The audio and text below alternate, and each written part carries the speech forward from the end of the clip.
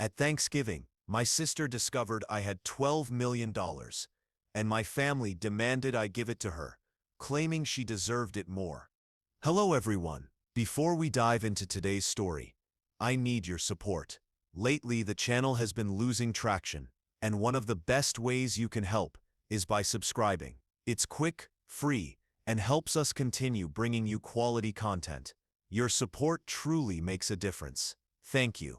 Now let's get into it. I'm using a throwaway account for obvious reasons, and some details have been modified to protect anonymity. My name is Sarah, I'm 38, and I need to share my story.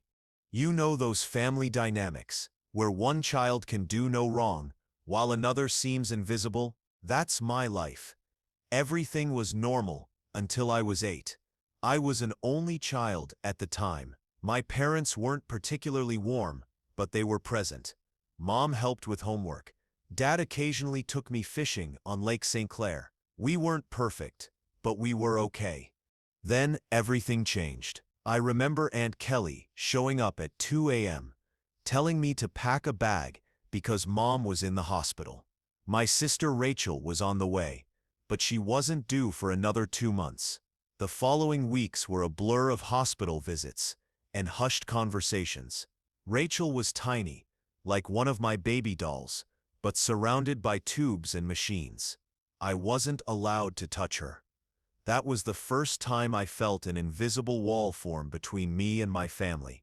When Rachel came home, our house became a sterilized bubble. Mom developed an obsession with germs, industrial-strength cleaning, hand sanitizer stations in every room. Even now, the smell of bleach is triggering. The part that really affected me was that whenever I showed any sign of illness, I was sent away to Grandma Marie or Aunt Kelly. A sneeze, a cough, anything, I was shipped off. At first, it seemed fun. Grandma Marie made cookies. Aunt Kelly had a huge Nancy Drew collection, but eventually, I realized I wasn't on adventures. I was being treated like a threat, as if my very presence could harm my sister. I tried to earn attention in healthier ways. Straight A's, science fair awards, piano achievements, but my parents barely noticed. Dad once asked me to store my science fair display in the garage because Rachel was allergic to cardboard dust. Really? By age 12, I had prepared for the school talent show, teaching myself Bridge Over Troubled Water on piano. On the night of the show, Rachel had a minor fever. Guess who had no audience? 2 weeks later, the whole family attended Rachel's 15-minute flute recital, despite her struggling with the simplest pieces. Rachel quickly learned to manipulate the system. Even after she outgrew real health issues, she'd feign illness to skip school or tasks. Mom would extend test deadlines for her. I retreated to my room, which became my sanctuary, partly because Rachel claimed she was allergic to my lavender air freshener. There I could focus, read, and explore interests, like art history and antiques, sparked by Grandma Marie's collection of vintage jewelry. The hardest part wasn't just favoritism. It was how the family rewrote history to justify it. Rachel needs more attention, they'd say. Sarah's independent. She understands special needs. I was a child, confused about why being healthy made me less deserving of love. These experiences shaped me. Learning to be self-sufficient became essential. In high school, while Rachel built her social drama empire, I prepared my escape. Organizing Grandma's jewelry taught me precision and attention to detail, which I applied to my schoolwork, color-coded notes, meticulous study plans, every detail in order. Rachel teased me, but I thrived. Invisible children often face no scrutiny, so I could explore everything freely. I joined clubs, held part-time jobs, and pursued leadership roles: debate team, National Honor Society, school newspaper editor. Debate taught me negotiation skills and confidence that would prove invaluable. Even when I excelled academically, my achievements went unnoticed. I scored a perfect 1600 on the SAT, but my mom barely reacted. Rachel received a C+ in English and got a fridge magnet proclaiming pride, My results never made it to the fridge. College applications were another solo effort. I applied to 15 schools, handled essays, recommendations, and financial aid paperwork myself. Acceptances arrived with scholarships to Harvard, Yale, Princeton, and Michigan. I stored them in a locked box under my bed, knowing if Rachel saw them, attention would shift to her. My full-ride offer to Michigan became my golden ticket: tuition, housing, and books covered, allowing me to finally leave a home where I was either invisible or inconvenient. The day I shared my Michigan acceptance, my parents' excitement came with a caveat. What if Rachel needs you? Financial support, none. My summer before college was spent working double shifts at Carson's Diner to save money. Carol, the owner, became a mentor, teaching me how to recognize genuine people in a world full of fakes. Move-in day. My parents couldn't attend due to a cheerleading competition. Aunt Kelly drove me, helped set up my dorm, and handed me a $500 envelope from Grandma Marie, saved from her Social Security checks. That night, I promised myself I would create a life where being overlooked would be impossible, not for revenge, but for the 8-year-old girl who was always sent away. College was intense. Late nights, instant ramen, full independence. I graduated summa cum laude from Michigan, while my parents focused on Rachel transferring to her third college. My first job at Everett and Phillips Auction House in Detroit. Name change started with estate sales, documenting possessions after wealthy individuals passed. Then came the breakthrough, the Kingston estate. An elderly widow, childless with rooms of costume jewelry, or so everyone assumed. That's when Grandma Marie's lessons paid off. I found an Art Deco brooch that didn't feel like costume jewelry. The weight and clasp were unusual. I spent my lunch break researching antique jewelry and stayed late using the company's databases. The more I investigated, the more convinced I became. It was genuine. The challenge: I was the new employee, and no one would believe me. So I applied what the debate team had taught me. I meticulously prepared my argument, spending 2 weeks during lunch breaks and evenings learning everything I could about Art Deco jewelry authentication. I even used some of my modest savings to enroll in an online gemology course. Finally, I gathered the courage to approach my boss, Mr. Harrison, with a full presentation, including comparative images and historical documentation. The conversation went something like this: "Sir, I believe we may have something significant in the Kingston collection." Harrison barely looked up from his phone. "Sarah, we SEP have already cataloged those as costume pieces."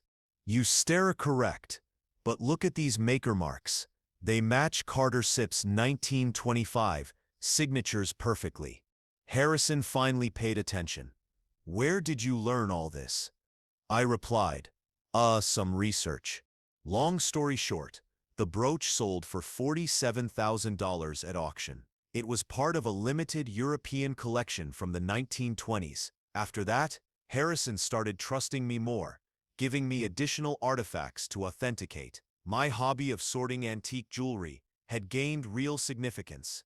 I devoted myself fully to learning about vintage jewelry, taking every online course I could afford, spending weekends at estate sales, and keeping detailed notes of authentication procedures. My apartment became a jewelry scholar's dream, with walls covered in printouts of vintage hallmarks and certification guidelines.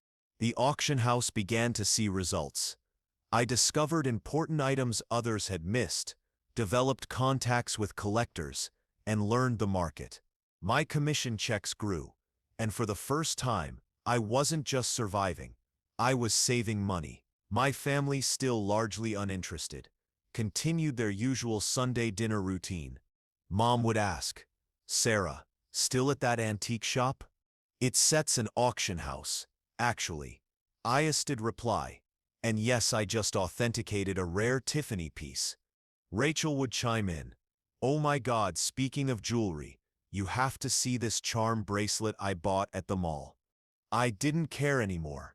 For once, I had something wholly mine, something I excelled at, independent of being Rachel's sister. Then came the Rothschild collection.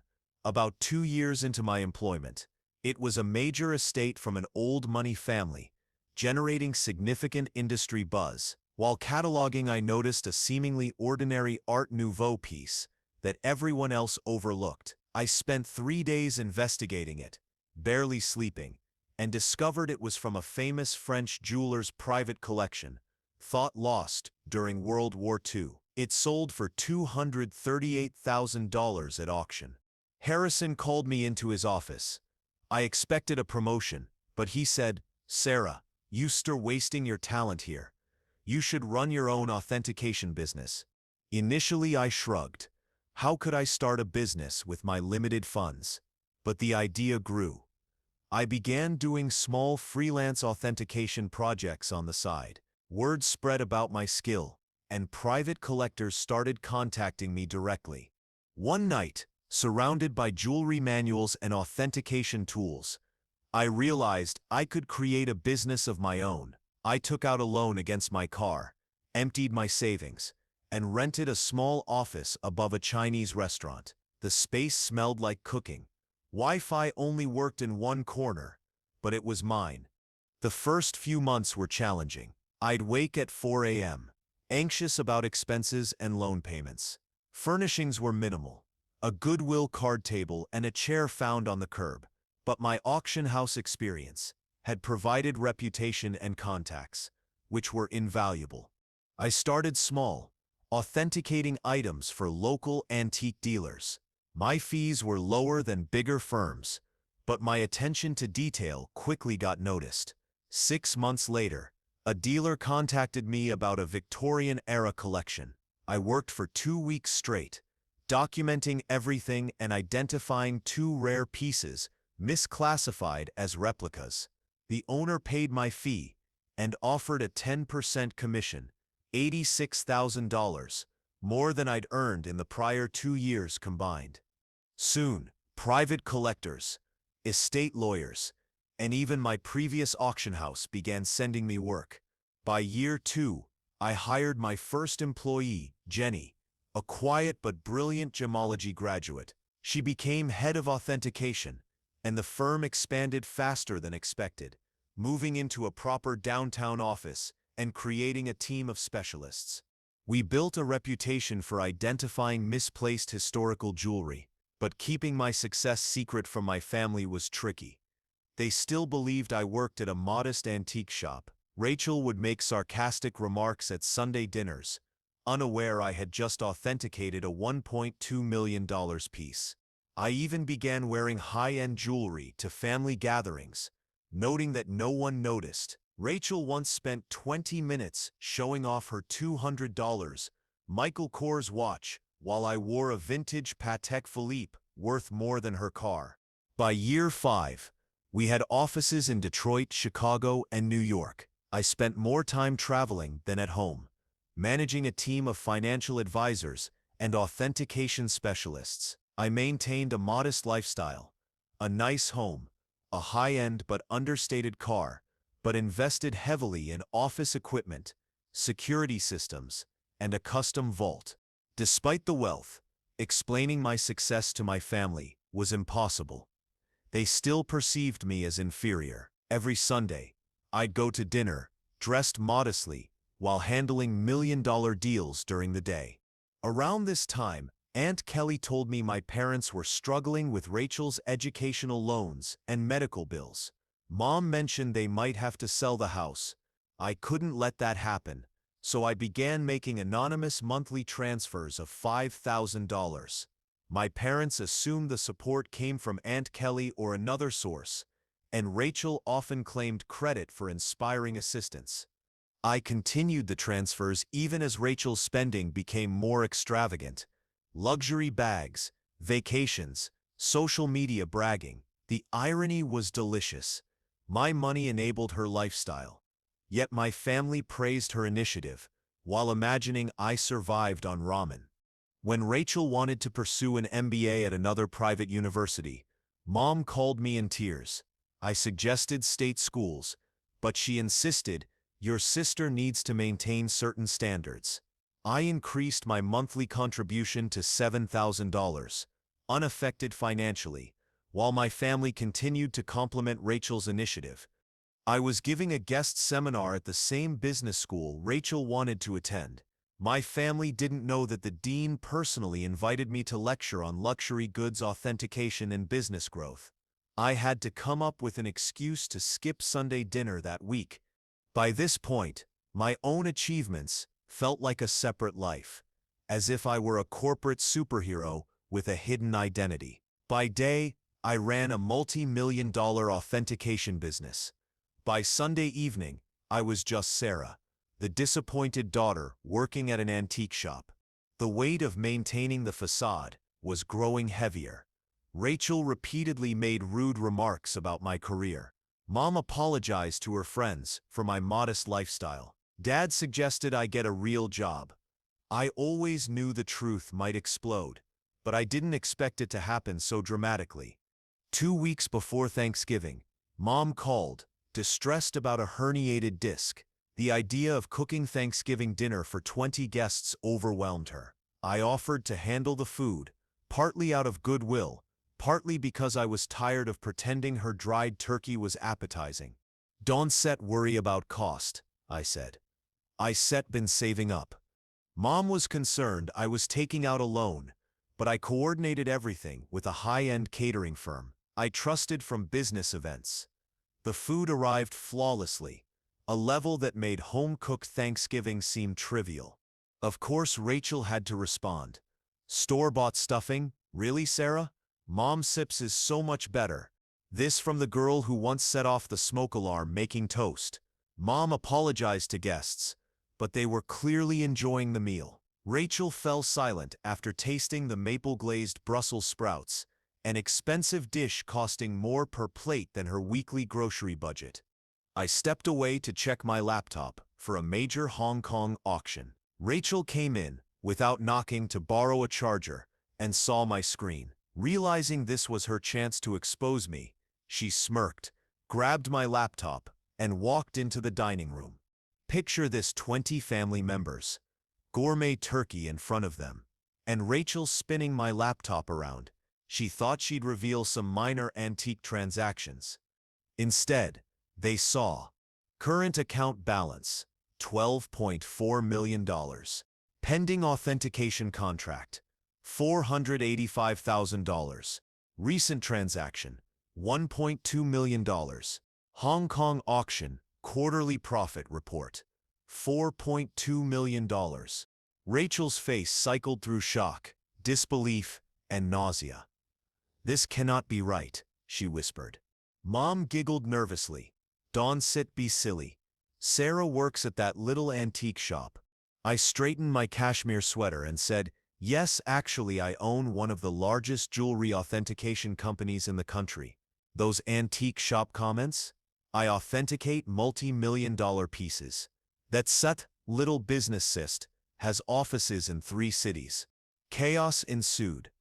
Dad choked on his drink. Aunt Kelly dropped her fork.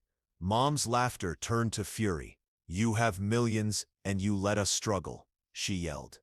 I calmly reminded her, "I said been sending you $7,000 every month." Rachel sobbed, claiming she deserved to know, and that I sept betrayed the family. Dad shouted about my selfishness. "That seps when I finally lost it. You shipped me off to Grandma Seps whenever I sneezed. You ignored my achievements. You took out loans for Rachel Seps' education, but saved nothing for mine. And now you sept are upset that I built something for myself."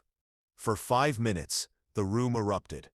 Mom yelling about family obligations, Dad about ungrateful children, Rachel demanding to know my exact wealth. I quietly grabbed my laptop and Hermes bag, walked out, and drove home in my limited edition BMW. Within an hour, my phone was flooded. 47 missed calls, 200+ messages. Mom's progression was predictable. Outrage, rationalization, demands for Rachel's share, threats about selling the house. Rachel went on Facebook, ranting about hidden family wealth, Distant relatives chimed in with lectures about family obligation. The harassment escalated. Calls, emails, even attempts to contact me through my company. I had to issue a formal legal notice threatening charges. Mom made one last attempt, calling Grandma Marie. Her response? Supportive. Good for Sarah. About time someone in this family succeeded on their own terms. Mom didn't speak to her for 2 months. 6 months later, I relocated to a home with better security, changed all contact information, and the company is thriving. My family problems even attracted high-profile clients who respected my discretion. Rachel continues posting passive-aggressive updates online, and according to sources, has started her own jewelry authentication firm. Mom and Dad stopped contacting me after my lawyer's letter outlining potential harassment consequences. Now they claim they never wanted my money and are praying for my salvation. For the first time in my life, I feel liberated. No more Sunday dinners full of subtle insults.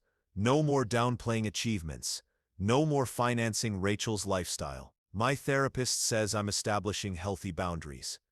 I say I'm finally living authentically.